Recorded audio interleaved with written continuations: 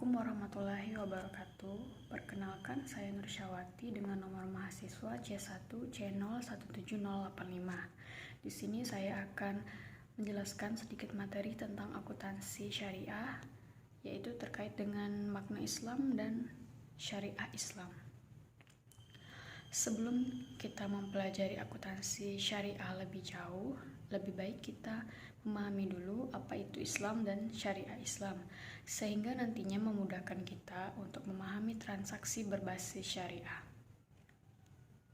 Makna Islam yaitu menurut Nabi Muhammad SAW, Islam adalah bahwasanya engkau bersaksi sesungguhnya tiada Tuhan selain Allah dan bahwa sesungguhnya Muhammad adalah utusan Allah.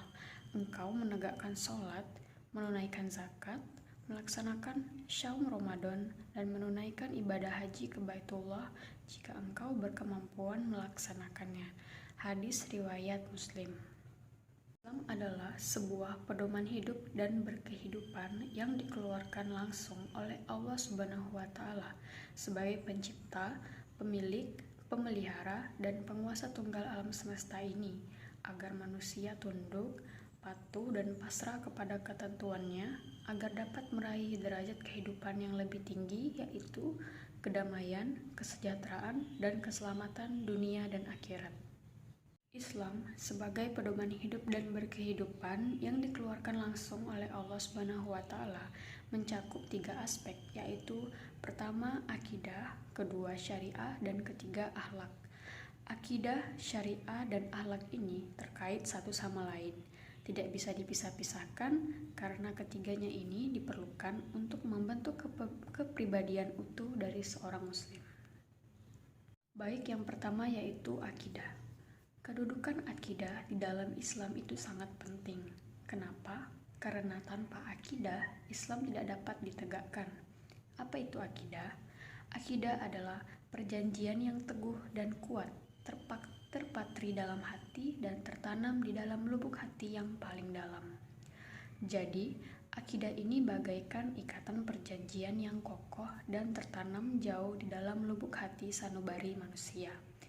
Akidah bersifat kekal dan tidak akan berubah sampai kapanpun, karena akidah datang langsung dari Allah Subhanahu wa Ta'ala. Substansi akidah adalah keimanan. Keimanan ini merupakan fondasi hidup seorang muslim. Keimanan yang dimaksud itu semua terangkum dalam rukun iman yang berisi 6 butir pernyataan, yaitu yang pertama, beriman kepada Allah Subhanahu wa Ta'ala, yang kedua, beriman kepada malaikat, yang ketiga, beriman kepada kitab-kitab yang diturunkan Allah, yang keempat, beriman kepada nabi dan rasul, yang kelima, beriman kepada hari akhir, dan yang terakhir yaitu beriman kepada qada dan qadar. Dasar ajaran Islam yang berikutnya yaitu syariah.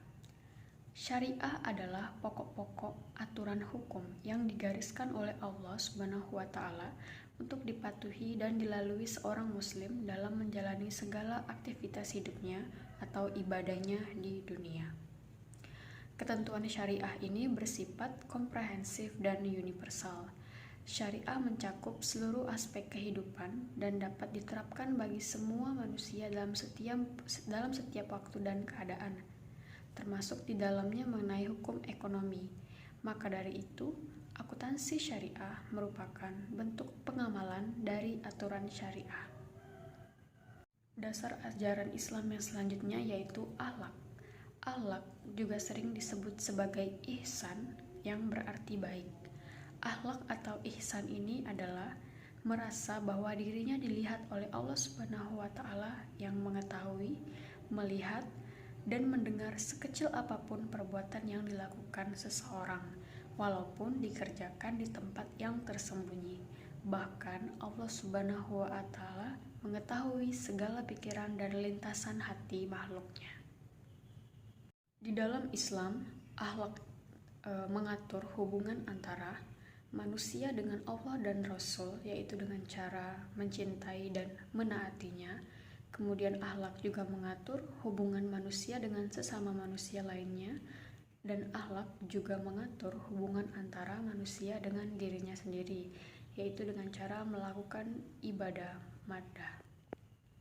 Selanjutnya kita akan melihat kepada hukum Islam atau yang disebut dengan syara, yaitu hukum Allah yang mengatur perbuatan manusia yang di dalamnya mengandung tuntunan untuk dikerjakan oleh para mukallaf atau ditinggalkannya, atau yang mengandung pilihan antara dikerjakan dan ditinggalkannya. Hukum syara ini hanya bersumber dari Al-Quran, As-Sunnah, ijma' sahabat Nabi, dan qiyas. Hukum dalam Islam ini diklasifikasikan menjadi 5. Yang pertama yaitu wajib, yaitu dikerjakan berpahala, ditinggalkan berdosa.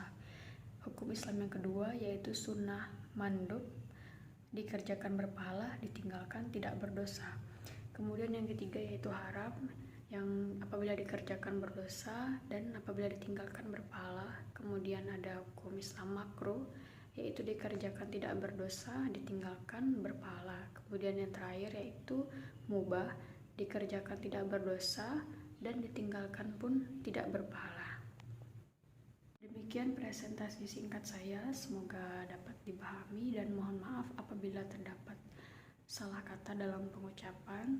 Terima kasih. Wassalamualaikum warahmatullahi wabarakatuh.